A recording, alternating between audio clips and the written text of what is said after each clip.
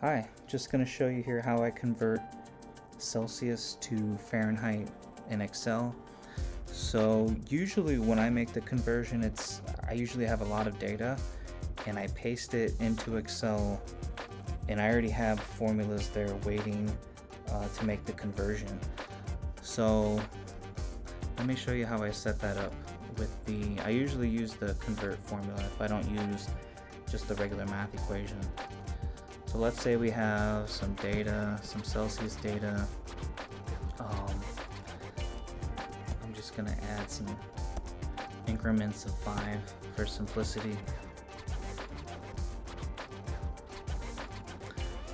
Let's say every time I want to dump this data, I want it to be able to convert to Fahrenheit.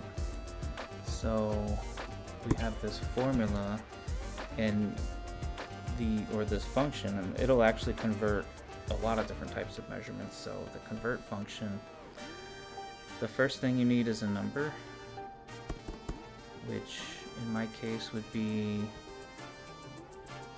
F10. The next thing is, you can see it wants the unit, so what we're going to convert from, I'm going to add C for Celsius,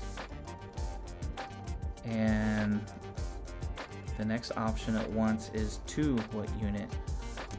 I'm going to add, with quotes around it, F for Fahrenheit. You can press enter, and then 41. 41 is the correct conversion, and then what I can do is drag this down to convert all these numbers. And so when I paste my data in, I would just paste it here.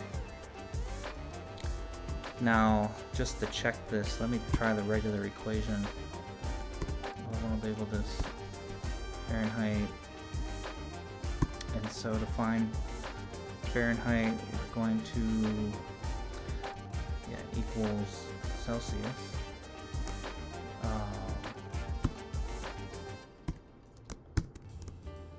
times 9/5, and then I'm gonna add 32. Should get the same calculation.